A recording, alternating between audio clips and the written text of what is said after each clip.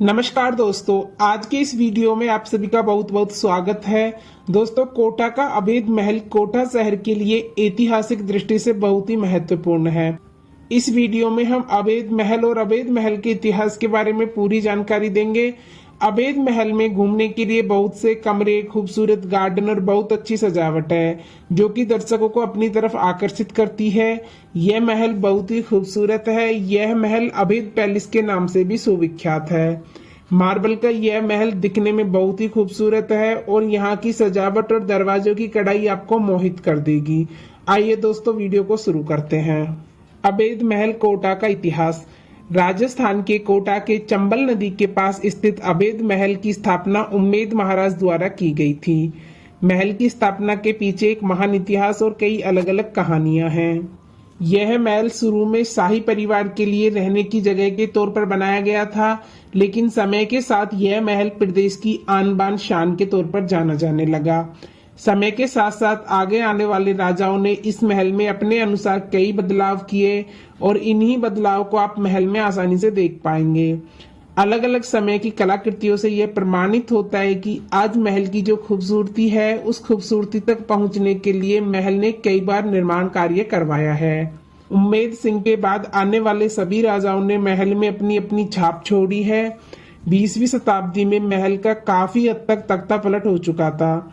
बहुत ही मॉडर्न चीजें महल में लगाई गई थी जिससे कि महल आधुनिक दिख सके।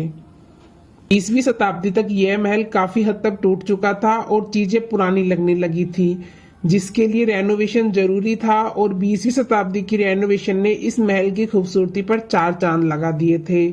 अब आप महल में ज्यादातर कलाकृतियां और खूबसूरत चीजें देखेंगे, वह 20वीं सदी के रेनोवेशन में अलग से लगाई गई चीजें हैं और कुछ चीजों को पुराने से नया कर दिया गया है। आज के समय में यह अवैध महल राजस्थान के कुछ सुप्रसिद्ध महलों में से एक है। इस महल को कोटा शहर की शान भी माना जाता है। कुल मिलाकर अवैध महल ने राजस्थान की ऐतिहासिक विरासत में अपना एक अहम स्थान रखा है। अवैध महल कोटा की वास्तुकला। शहर के दरवाजों के बाहर एक अद्भुत महल जिसमें कोटा स्कूल के चित्रों के साथ कई कमल और उत्तम छोटे बगीचे हैं। इसके अलावा आप अगस्त से मार्च के महीने में प्रवासी पक्षियों को देख सकते हैं। पुराने महल के अंदर स्थित संग्रहालय में कोटा संकाय के राजपूत लघु चित्रों, अद्भुत मूर्तियां, भित्ति चित्र और शस्त्रागार का शानदार संग्रह है। संग्रहालय में कोटा के शासकों द्वारा उपयोग किए गए कलात्मक उपकरणों का एक समृद्ध भंडार भी है।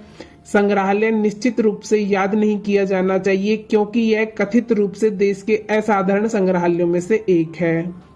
यह पूर्व में एक महल था और इसे बूंदी के शासक के बेटे के नाम से पुकारा जाता था, जिसे मुगल सम्राट जहांगीर के रास्ते से कोटा राज्य का पहला शासक बनाया गया था। संग्रहालय शुक्रवार और राष्ट्रीय अवकाश के दिन बंद रहता है। यह लघु चित्रों और शो में प्राचीन शस्त्रागार के साथ स्थान के सम्मान और इतिहास की जबरदस्त झलक देता है। राजस्थान के कोटा के चंबल नदी के पास स्थित अवैध महल उम्मेद महाराज के माध्यम से झुका हुआ था। महल की स्थापना के पीछे एक पहेली दर रिकॉर्ड और कई अलग अलग कहानियां हैं। महल में एक तालाब है जिसमें तेजस्वी कमल कछुए रहते हैं। ऐसा कहा जाता है कि पहले तालाब में कई मगरमच्छ रहते थे। इन मगरमच्छों का नाम भी रखते थे और उन्हें कुछ पालतू जानवर माना जाता था। महल में पिकनिक और फोटोग्राफी के लिए बेहतरीन वास्तुकला है। तालाब में पानी पर गिरती महल की छवि इसकी छवि को दर्शाती है, जो दिन में एक महान दृश्य है। अवैध महल के अंदर घूमने की जगह। दरबार हॉल। दरबार हॉल अवैध महल की सबसे खूबसूरत जगह है। यहाँ पर परंपरागत राजस्थानी स्टाइल में कलाकृतियां रखी गई हैं और यहाँ की सजावट और पूरा आर्किटेक्चर परंपरागत राजस्थानी स्टाइल में है, जो कि बहुत ही खूबसूरत और मनमोहक प्रतीत होता है। मार्बल की नक्काशी देखने वालों को मोहित कर देती है। यहाँ की दीवारों पर सोना जड़ा हुआ है, जो कि दीवारों की खूबसूरती पर चार चांद लगा देता है। दरबार हॉल की छत भी बहुत खूबसूरत है, जहाँ पर अनेक खूबसूरत सजावटी चीजें टंगी हुई हैं। शीश महल। अवैध महल का शीश महल शीशे की सजावट के लिए मशहूर है। यहाँ पर नक्काशी और स्टाइल में शीशे का इस्तेमाल किया गया है। जब आप शीश महल में जाएंगे तो आपको चारों तरफ शीशे दिखाई देंगे और खूबसूरत स्टाइलिंग दिखाई देगी। यहाँ की दीवारों पर बेहतरीन कलाकृतियां बनाई गई हैं, जो कि सभी के सभी शीशे की बनी हुई हैं। रंग बिरंगे कांच के टुकड़ों पर जब सूर्य की रोशनी बाहर से आती है तो नज़ारा बहुत खूबसूरत होता है। अगर आप अवैध महल में जा रहे हैं तो आपको यहाँ का शीश महल जरूर देखना चाहिए। भीमविला अवैध महल का यह हिस्सा सुप्रसिद्ध योद्धा महाबली भीम के नाम पर रखा हुआ है। यहाँ पर कुछ खूबसूरत तस्वीरें, पेंटिंग्स और हिंदू धर्म से जुड़ी हुई कुछ खूबसूरत कलाकृतियां हैं। यहाँ की दीवारों की सजावट में आप हिंदुत्व को महसूस कर सकते हैं। यहाँ पर सनातन धर्म से जुड़ी हुई कई पेंटिंग हैं जो कि बहुत ही खूबसूरत हैं। रंग महल, जैसा कि नाम से ही पता चलता है, रंग महल अपनी रंगीन कलाकृतियों और रंगीन डिजाइन के कारण विख्यात है। यह अवैध महल का एक सुप्रसिद्ध हिस्सा है। यहाँ पर अलग अलग रंगों से बेहतरीन कलाकृतियां और डिजाइन दीवारों पर उकेरा गया है, जो कि देखने वालों के लिए जन्नत के समान महसूस होता है। बादल महल, बादल महल सबसे ऊंचाई पर स्थित अवैध महल का एक हिस्सा है। जैसा कि नाम से ही पता चलता है कि यह ऊंचाई पर स्थित है और बादलों के अधिक करीब होने के कारण इसे बादल महल के नाम से जाना जाता है। यहाँ से आप शहर का एक खूबसूरत नज़ारा देख सकते हैं और सूर्योदय और सूर्यास्त देखने के लिए बादल महल एक बेहतरीन जगह है। अगर आप फोटोग्राफी के दीवाने हैं तो बादल महल में आपको जरूर आना चाहिए। चित्र महल, चित्र महल में आपको बहुत ही खूबसूरत चित्र और मूर्तियां मिल जाएंगी। जैसा कि नाम से ही पता चलता है कि इस महल में चित्रों को अधिक महत्व दिया गया है। अलग अलग कलाकारों ने सालों की मेहनत से इस चित्र महल को संपूर्ण किया है।